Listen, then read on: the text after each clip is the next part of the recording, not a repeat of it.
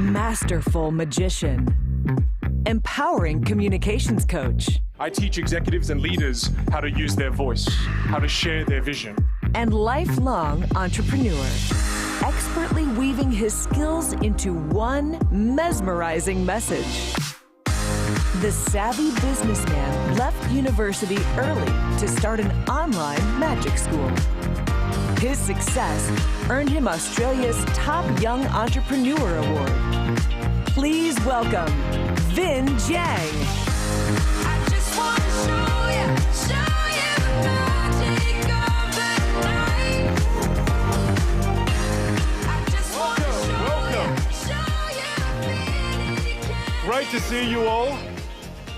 I see a lot of familiar faces, but at the same time, I see a lot of new faces. So if you do know who I am, raise your hand so I can get a sense of, oh, okay, good, and oh, thank you very much, thank you. So those of you who don't know me, I'd love to give you a bit of context as to who I am so the rest of this will make sense. So to do this, we have to go back about, oh goodness, about 15 years now. And about 15 years ago, I was in Australia in university, and I was studying accounting. Yay! Yes, fulfilling the Asian prophecy, of course. It's an accountant, a lawyer, or a doctor, right? So in Australia, the degree is called Commerce and Law, and it's a 5-year degree. And about 4.5 years into the 5-year degree, I came home and I had the following conversation with my parents. So just imagine you were there, okay? 6 months to go in the degree. I come home and I say to my parents, I say, Mum, Dad, I love you. I'd like to quit university. My mum immediately starts crying, and it's impossible to cry that fast. But my mum knew that if she cries, my dad gets pissed off. So pretty much on cue, my dad sees my mum cry, he rolls up his sleeves, my dad walks up towards me, and my dad does this, he goes. And for those of you who don't know, that's what Bruce Lee does before he kicks your ass. Yeah. So I recognize the signs of danger, and I say to my dad, I say, Dad, no, don't. Just wait.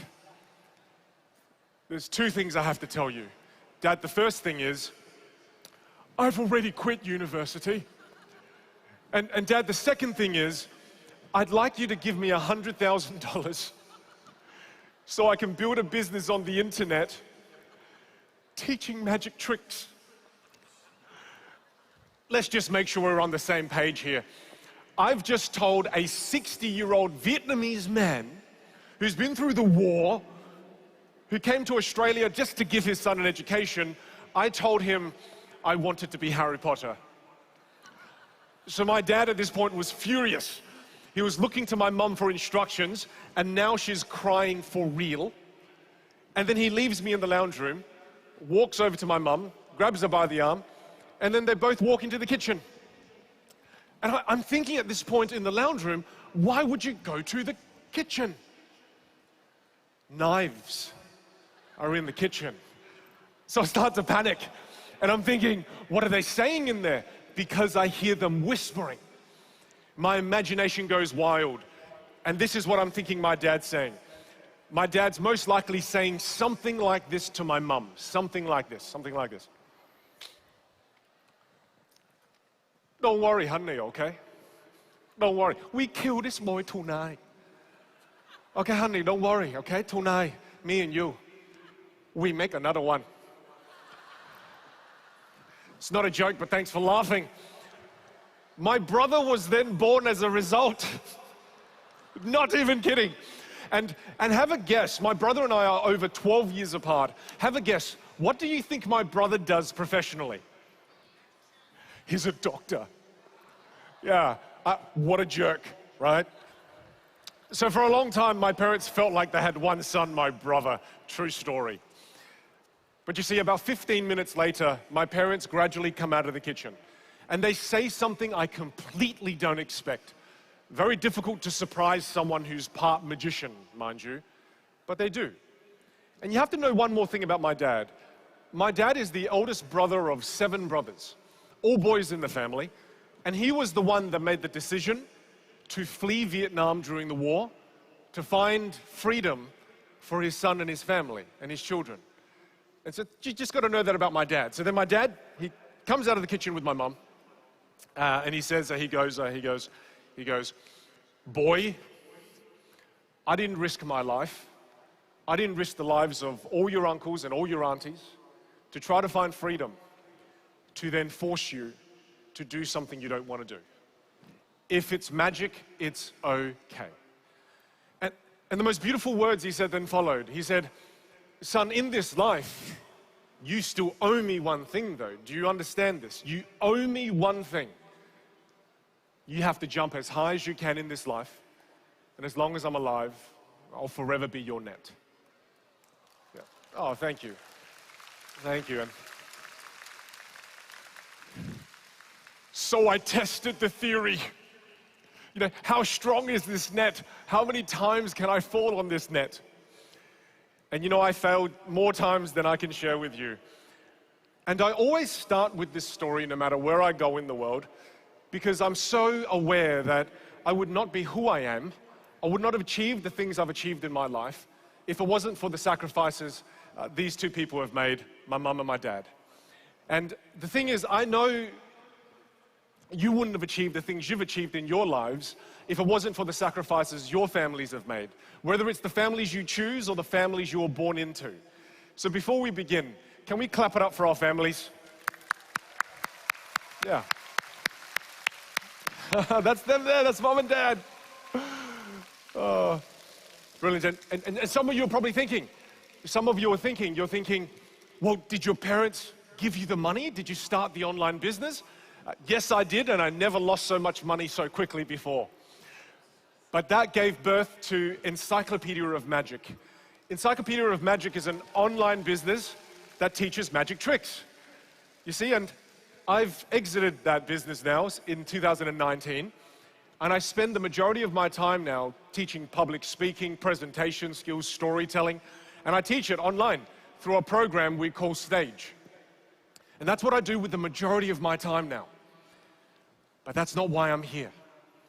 I'm here today to share with you three things, just three things, to help you jump as high as you can in your careers and in your lives personally. Now, I am part magician, so I will be bringing some of you on stage.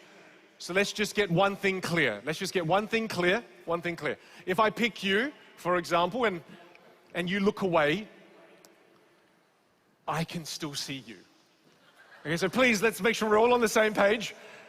I'm here just to share with you three things, beginning with this first thing. With the first lesson I want to share on influence, I need someone to, could the team help me pick someone from this side, please? Would the team be able to help me pick someone? So I know the team's going to help me. If the team could help me pick a volunteer. Thank you, team, as they bring them up. Beautiful. All of you can join me from the screens on the side. Oh, we've got a volunteer. Hello, what's your, big round of applause, please. Hi, what is your name? Jose.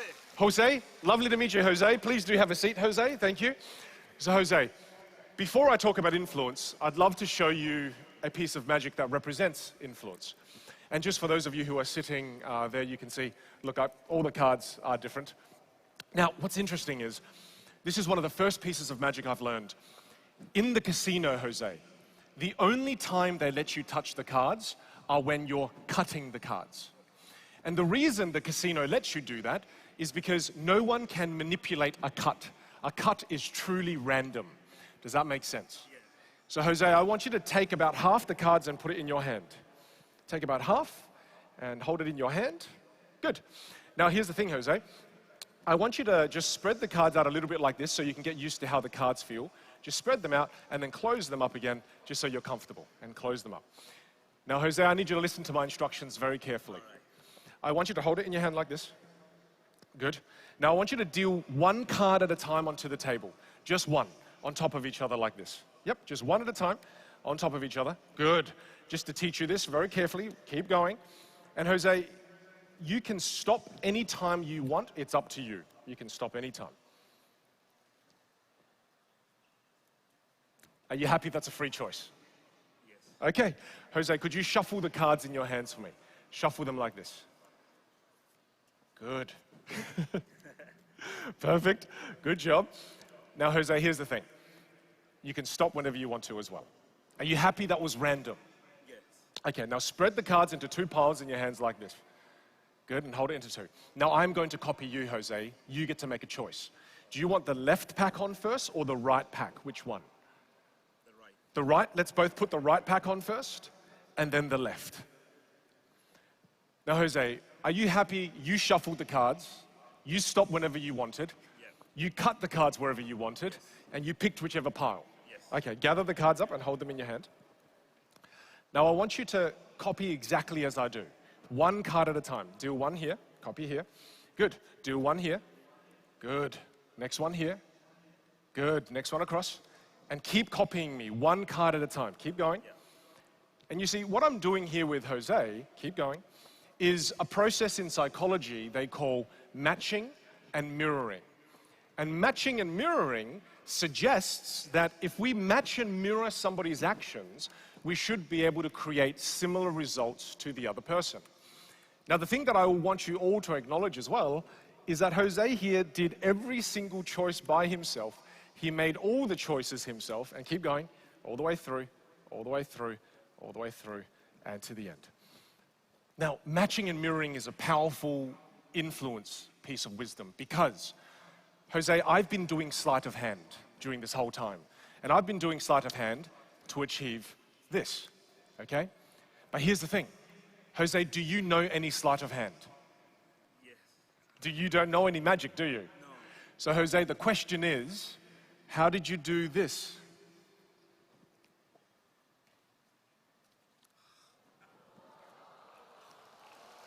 How did you do that? You see, the amazing thing is, Jose, every single card is different. Every single one. And you can have a look. You could have done anything you wanted. You could have shuffled anything you wanted. Can we please give Jose a big round of applause? Thank you, Jose. Nice. Well done. Good job. Well done. I love this piece of magic. And I love this piece of magic for one reason. For the reason that when you have the right people in your circle, they can help you do things you didn't even know that you could do.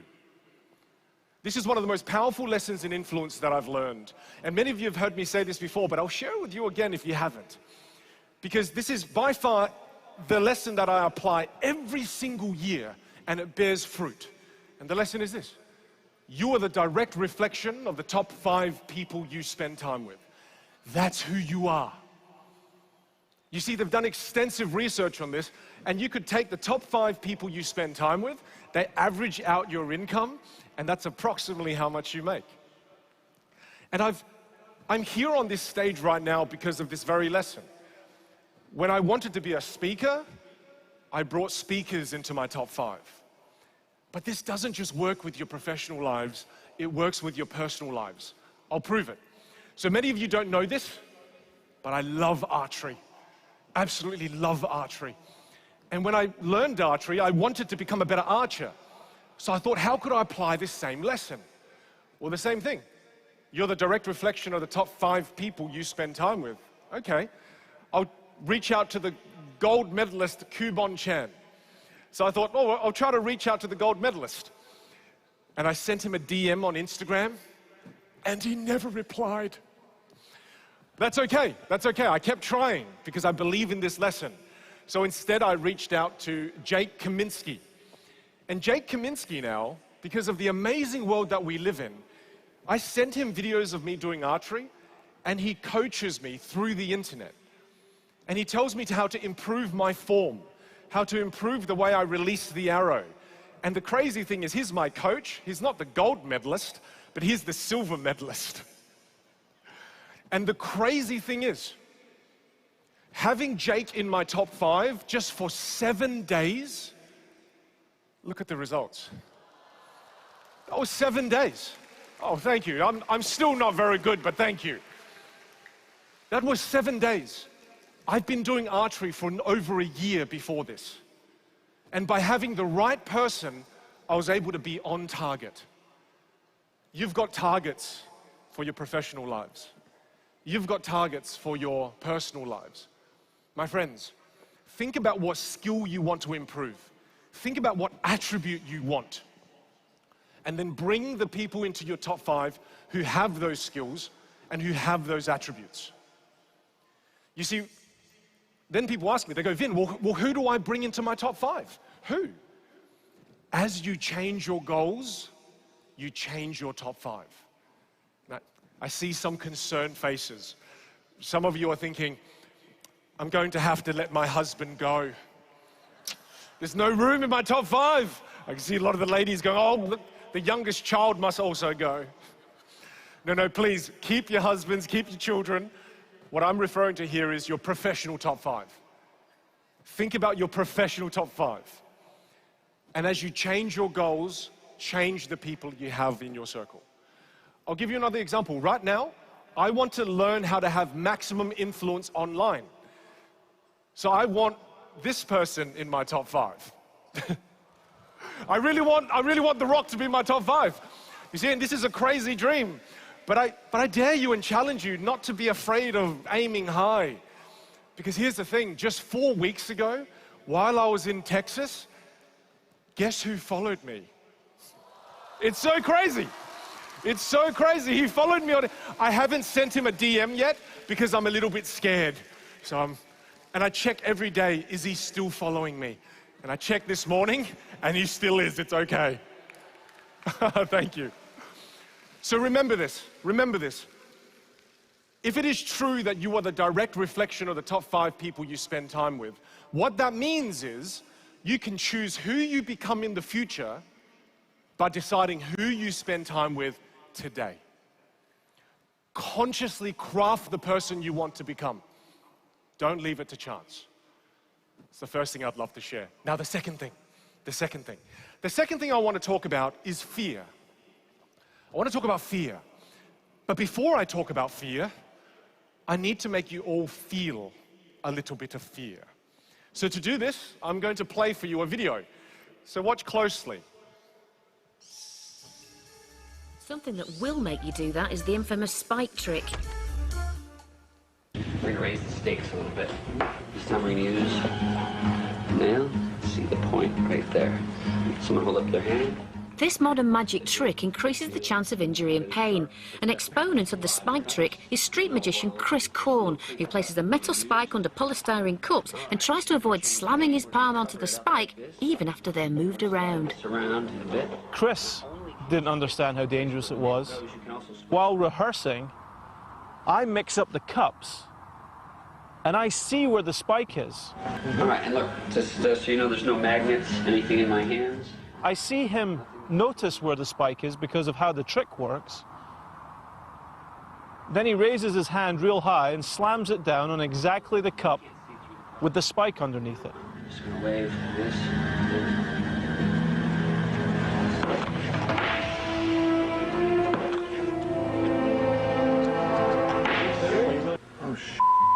It is terrible to watch. I took no pleasure in that. I mean, I watched it 7 times, but I took no pleasure in it because it is...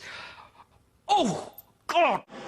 1, 2, 3!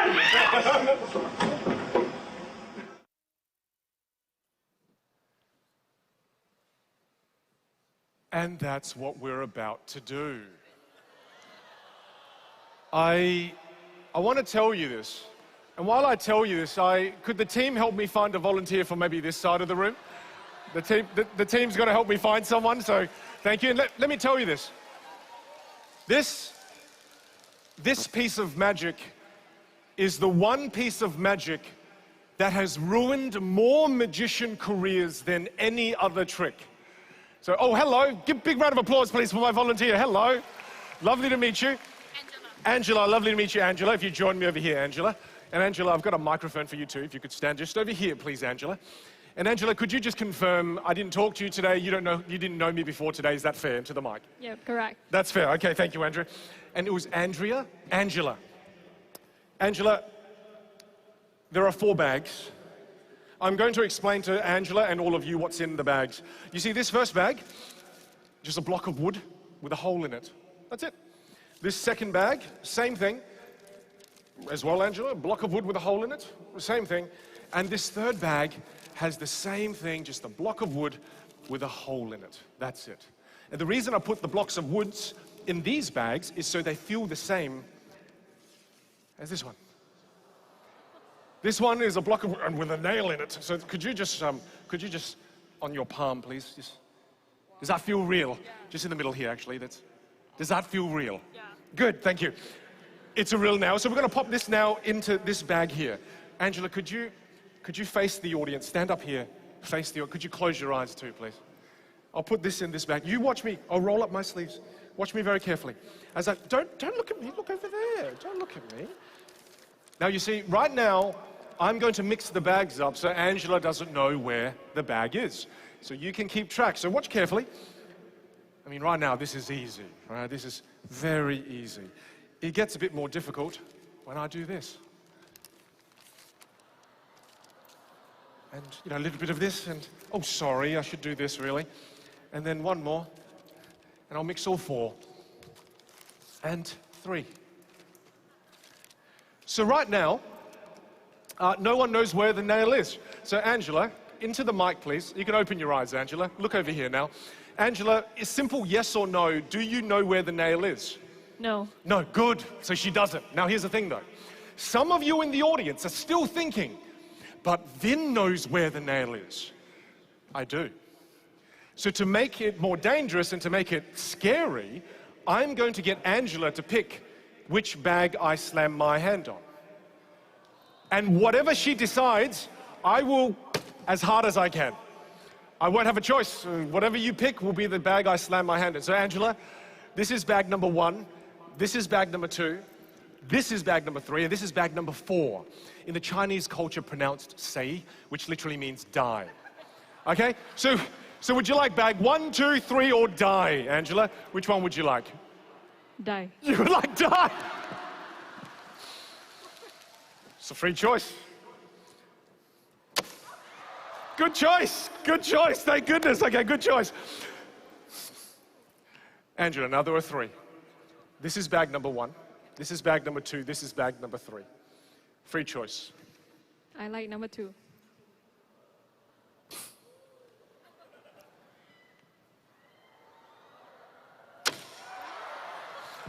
Good choice. It's good.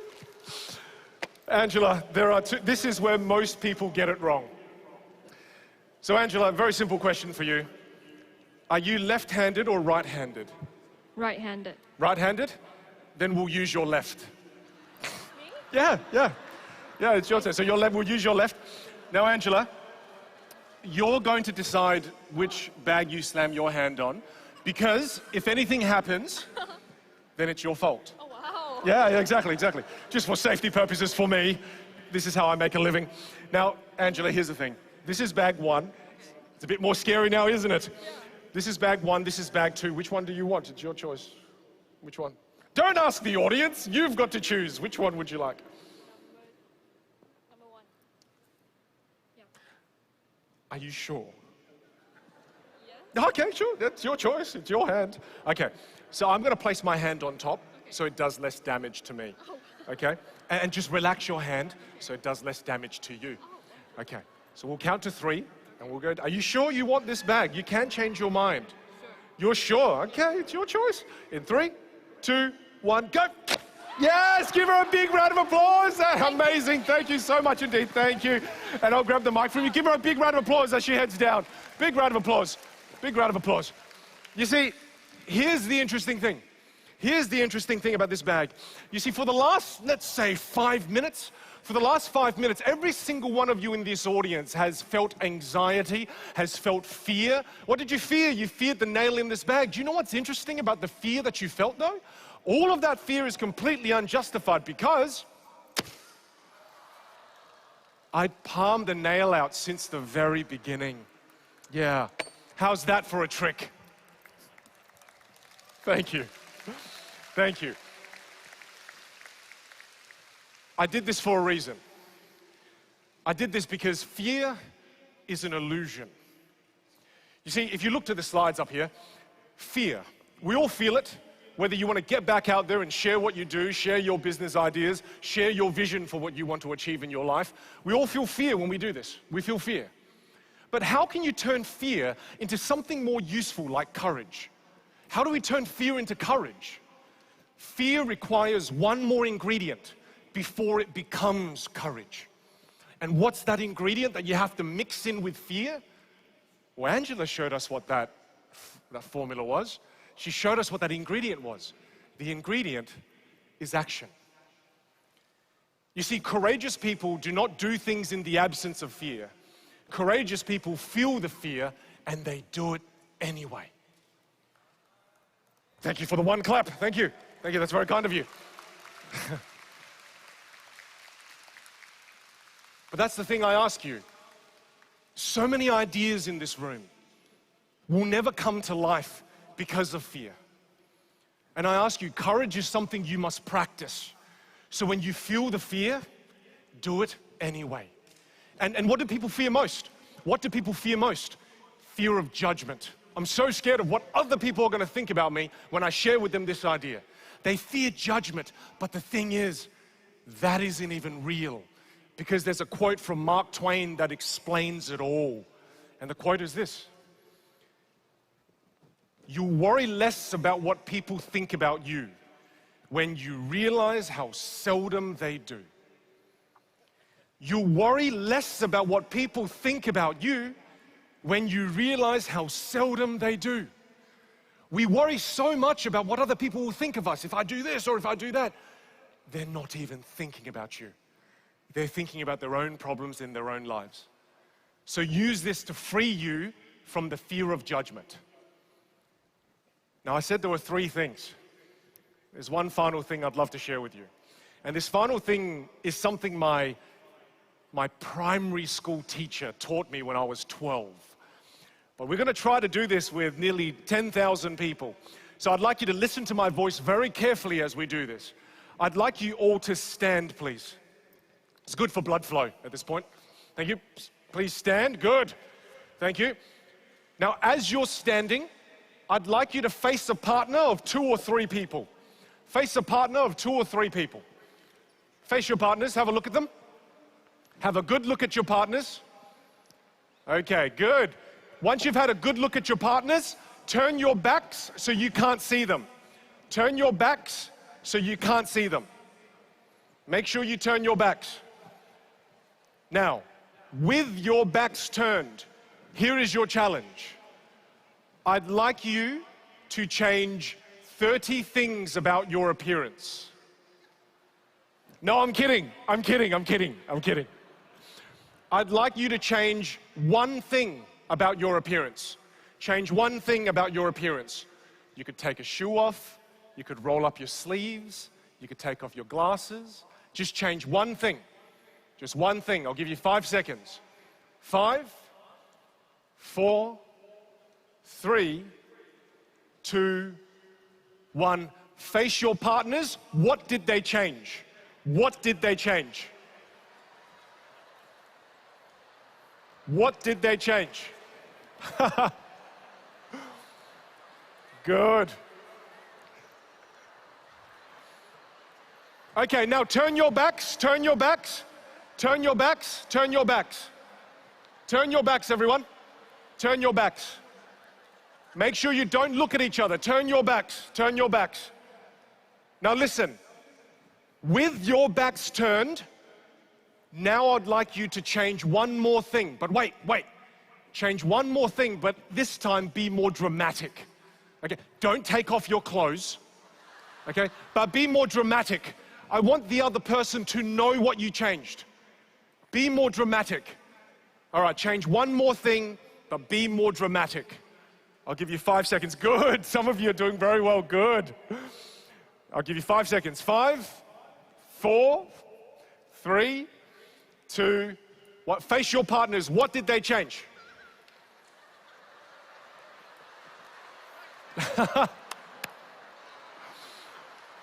Oh, very good. Once you're done, have a seat. Have a seat.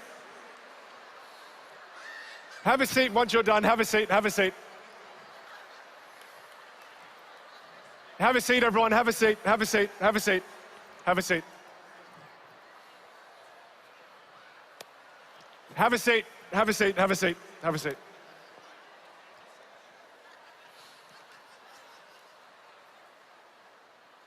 Have a seat, everyone. Have a seat. Have a seat. I'll share this with you.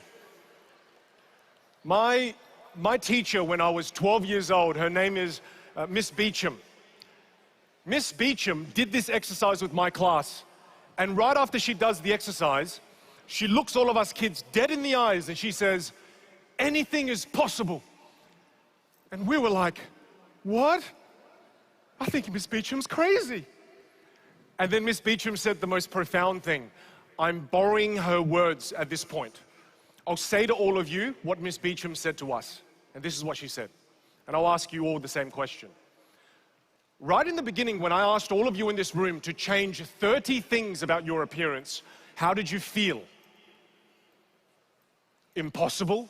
Some of you felt it was too difficult. Some people thought, no, Vin, that's crazy. Okay, interesting. Park that thought here. How did you then feel when I asked you to change one thing about your appearance? How did you feel? Easy. Oh, relieved. It's possible. Right, do you notice this? Whereas the first time I asked you to change 30 things, you thought it's impossible. You didn't even try. Whereas the second time I asked you to change one thing, oh, it's easy. You changed one thing. How did you then feel when I asked you to change one more thing? How'd you feel? Oh, it's easy. There was no mental block. You just went ahead, changed one more thing, and some of you even had fun. Yeah. Now here's the thing. If I wanted to bore you all to death, I could have stood up here and said, change one more thing. Change one more thing. Change one more thing. Times 30. Every single one of you would have found a way to change 30 things about your appearance. What does that tell us, though? It tells us that it's never a bad thing to dream big. The terrible thing in life is aiming too low and then hitting that. My friends, how do you achieve greatness? By taking things just one step at a time.